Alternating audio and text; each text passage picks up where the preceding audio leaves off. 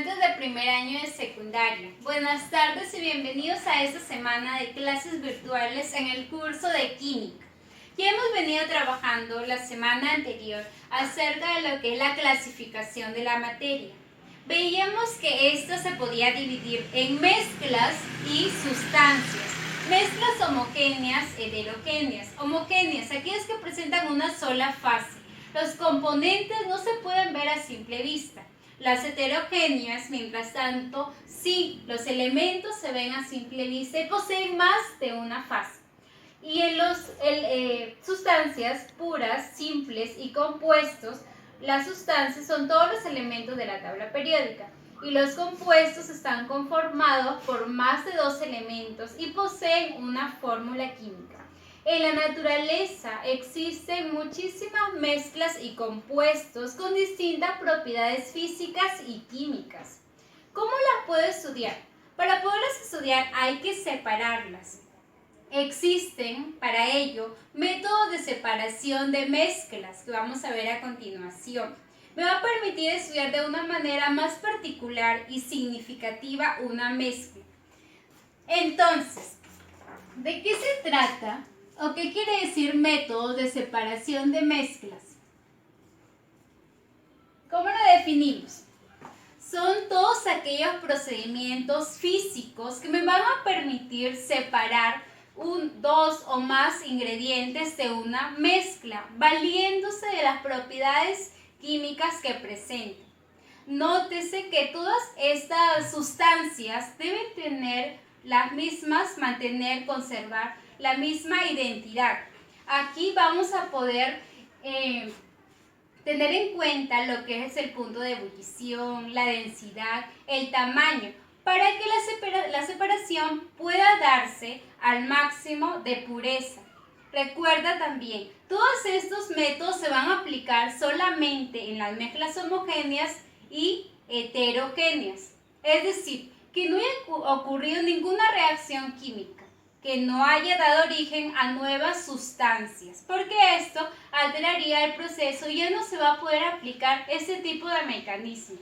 Entonces vamos a empezar con el primer método de separación. Existen métodos para separar líquidos de líquidos, sólido de líquido, también gas de líquidos. Empezamos con el primer método, que se trata de la destilación.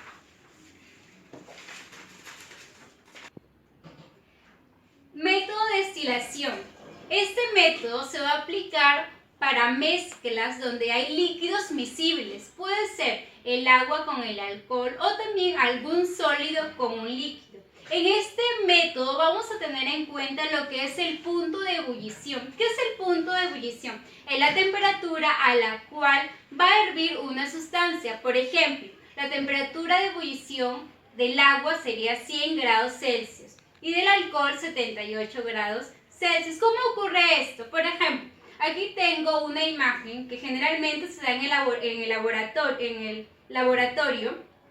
Primero, tenemos acá una gradilla, un mechero Bunsen. Este es un balón de destilación. Aquí se encuentra la mezcla homogénea de alcohol y agua, ¿ya? Al calentarse, lo primero que va a salir es el alcohol. ¿Por qué? Porque su temperatura de ebullición es 78 grados Celsius. Esto va a comenzar a evaporarse y va a pasar por este tubo, ¿ya? Aquí hay un intercambiador de calor. ¿Cómo funciona? Va a entrar agua fría, ¿ya? Y va a salir agua caliente. ¿Por qué? Porque ese vapor va a pasar a un estado líquido por la condensación. Y aquí ya obtenemos nuestro alcohol, ya aquí en este matraz. Y aquí me ha quedado agua. Puede haber un poquito de alcohol, pero en pequeñas cantidades. De esta manera ocurre la destilación. Este sería un tipo de destilación simple. También en la industria petrolera existen destilación fraccionada. ¿Cómo ocurre? En una columna hay como platillos, ¿ya? Entonces va a entrar el petróleo, se va a calentar a temperaturas más altas. Primero lo que van a salir son los gases, aproximadamente 20 grados Celsius. Luego van a salir lo que son el butano, el propano, las gasolinas para automóviles, los diésel, ¿no? Los lubricantes, los aceites, los asfaltos. Esto se da mayormente en las empresas, ¿no? De petróleo, la destilación. Otra mezcla que se podría aplicar también sería el agua, ¿no? Con la sal también. La destilación es otra cosa que la evaporación, calentar y condensar para que pueda regresar, ¿no? A la forma líquido y separamos de esta manera. Eso es con respecto a la destilación. Ahora, otro método que vamos a ver a continuación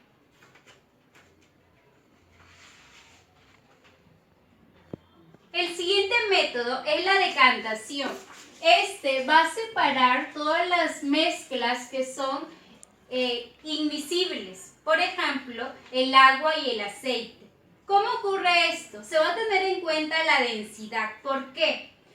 Toda la mezcla va a pasar, esto ocurre en un laboratorio, también tenemos un soporte, la pera de decantación. La mezcla la coloco aquí de tal manera que el que tiene más densidad, si es agua y aceite, sería el agua. Se va a ubicar en la parte inferior. Con ayuda de esta llavecita voy a comenzar a regular que baje todo el agua, de tal manera que cuando ya no quede nada, ya cierro esa llave y he separado el agua del aceite. Esto es la decantación. Algunos ejemplos en la potabilización del agua, ya que cuando se hace tratamiento hay algunas grasas, ¿no? De esta manera también se aplica aquí la decantación. Otro, para la recuperación del mercurio. ¿Dónde se da eso? En la minería ilegal. ¿Qué pasa? Arrojan el mercurio a las aguas de los ríos, lagos, contaminan. ¿Y cómo puedo recuperar o sacar ese metal que está contaminando? A través de la decantación. También en las empresas de vinagre, para que puedan retirar algunos aceites pesados que están combinados junto a la materia prima. Esto es la decantación. Son mezclas inmiscibles. Siguiente método, filtración. Esto me va a permitir separar sólidos suspendidos en líquidos, por ejemplo, el agua y la arena. ¿Cómo ocurre esto? A ver, aquí tenemos una imagen. Aquí está el soporte, un embudo, un filtro se va a colocar allí y coloco la mezcla, dejo caer la mezcla de agua con arena. Este filtro va a retener todos los sólidos, en este caso sería la arena, y va a caer solamente el agua. De esta manera puedo separar mi mezcla. Otros ejemplos serían, hay filtros de aire. ¿Para qué? Para que puedan retener todas las impurezas que puedan existir, polvos, ¿no? También filtros en el agua, en el tratamiento de aguas residuales para retirar algún sólido, basura que pueda estar presente allí. También se usa en la preparación del café. ¿Cómo ocurre esto? Colocan una tela o un papel filtro, un colador en una taza. Entonces allí va a estar el café. Entonces dejan pasar agua hirviendo y lo que ocurre es que el agua, ¿no? Entonces va a comenzar a extraer solamente la esencia de café y las propiedades, de tal manera que no vaya a caer ningún sólido en la taza. Otro ejemplo sería cuando elaboran el queso, ¿no? También cuando se prepara la soya. Aquí sucede que origina así como un gabazo, entonces lo hacen pasar por una tela y solamente obtengo el líquido. También en los jugos, cuando quiero separar algún residuo, no de fruta, que no deseo consumir, sea un jugo de fresas, ¿no? De piña, de maracuyá, me va a permitir separar sólidos de líquidos. Esto sucede en la filtración. Antes de pasar al siguiente método, voy a colocar acá algunos ejemplos que he mencionado en la filtración y en la decantación. Aquí está agua con aceite, biodiesel, glicerina, la recuperación del mercurio que mencionaba antes. Otro método es el tamizado. ¿En qué consiste? Va a separar lo que son sólidos de diferente tamaño. Las partículas son distintas, ¿no? Por ejemplo, aquí tenemos una criba o un tamiz, va a tener una estructura acá de pequeños orificios, ¿no? Poros, que van a permitir pasar lo más fino, la materia fina, y va a retener lo que son un poquito más grandes. Esto ocurre en la tierra, por ejemplo, cuando hacen las construcciones, ellos requieren la arena más finita, entonces comienzan a utilizar estos tamices. También en la repostería, cuando su mamá ha preparado alguna torta, ¿no? Algún postre, coloca, por ejemplo, la harina, el azúcar impalpable en una coladera y esta actúa como un tamiz. Entonces va a obtener lo más finito, ¿no? Para que no se formen grumos, así como bollos, y no vaya a ser que vaya a salir de otra cosa, ¿no? Entonces, aquí se presenta el tamizado. También ocurre en la elaboración de algunas, preparación de semillas, ¿no? También en el café, para que no tenga algunas basuritas, palitos, plantas, ¿no? Ahí se va a pasar por un tamiz. Muy bien. El último método, que es la centrifugación. Este método va a ocurrir para mezclas en las que se encuentran sólidos suspendidos. ¿Cómo sucede esto? Aquí en la imagen ustedes pueden observar una máquina que va a comenzar a girar. Se colocan tubitos de ensayo con la solución, ¿no? Por ejemplo, aquí tenemos, sea agua con un polvo, ¿ya? Al inicio va a estar de esa manera, pero cuando ya salga de la centrífuga, todo el sólido se ha concentrado en la parte inferior. Y acá es el líquido, ya lo voy a poder separar con una fuerza centrífuga. Muy bien, vamos a continuar con lo que son fenómenos, ya vamos concluyendo. Hay 3, fenómenos físicos, químicos y alotrópicos. ¿Qué son los fenómenos químicos? Son aquellos que van a alterar la estructura de la materia. Aquí siempre ocurren reacciones químicas que me van a dar origen a nuevas sustancias. ¿Cuáles son los ejemplos? Tenemos la fotosíntesis. Aquí hay una reacción. El CO2 más el agua me va a dar la glucosa más el oxígeno. También en la electrólisis del agua. ¿Qué ocurre aquí? La separación de la molécula del agua en hidrógeno y en átomos de oxígeno.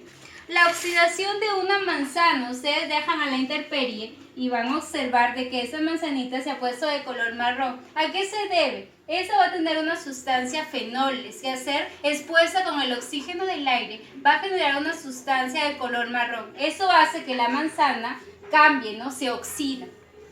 También tenemos todo lo que son químicos, sea quemar un papel, ¿no? La digestión, la respiración, todo lo que incluye reacción de la obtención del alcohol a partir de la caña de azúcar, también puede ser obtención de un biodiesel, ¿qué más?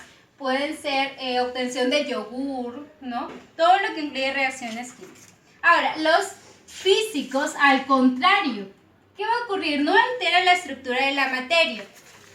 Por ejemplo, cortar una hoja, ¿no? Solamente va a pasar a formas pequeñas. También, si yo tengo un tubo de vidrio, no quiero obtener diversas formas, lo hago pasar por fuego, ¿no? Un mechero aquí, Bunsen, y voy a poder diseñar las formas que yo quiero. Ahí no ha cambiado nada el vidrio, su estructura, solamente su forma. Otro sería pintar la pared, ¿no? Cortar leña, no sé, ¿qué más puede ser? Por ejemplo, los estados, los cambios de estado solidificación, fusión, evaporación, sublimación. Aquí no cambia para nada la estructura de la materia. Muy bien, finalmente tenemos lo que son los fenómenos alotrópicos. En los fenómenos alotrópicos, vamos a colocar aquí esta imagen. Y luego, en fenómenos alotrópicos van a ser aquellos, los voy a poner ya no me alcanza. A ver, fenómenos alotrópicos. Aquellos elementos que se van a representar en una o más formas. Por ejemplo, el carbono se representa en diamante y en grafito. Es la misma sustancia. El oxígeno en molecular y en ozono. Aquí está. El azufre rómbico y monoclínico. El fósforo blanco y rojo. Esto es alotropía. Los elementos se representan en una o más formas. Queridos estudiantes, hasta aquí hemos finalizado con el tema correspondiente a lo que es materia. Hemos estudiado los métodos de separación de mezclas. Esta los observamos a menudo en el hogar y ya sabemos cómo separarla. Aquí están destilación, decantación, filtración, tamizado, centrifugación. Y finalmente los fenómenos que ocurren a diario, químicos, físicos y alotrópicos. Muy bien, ya sabes que puedes consultar en la página de Educal cualquier duda que tengas, pregunta, escríbeme y estoy para responder. Que Dios te bendiga mucho a ti y a tu familia. Conmigo será hasta la próxima.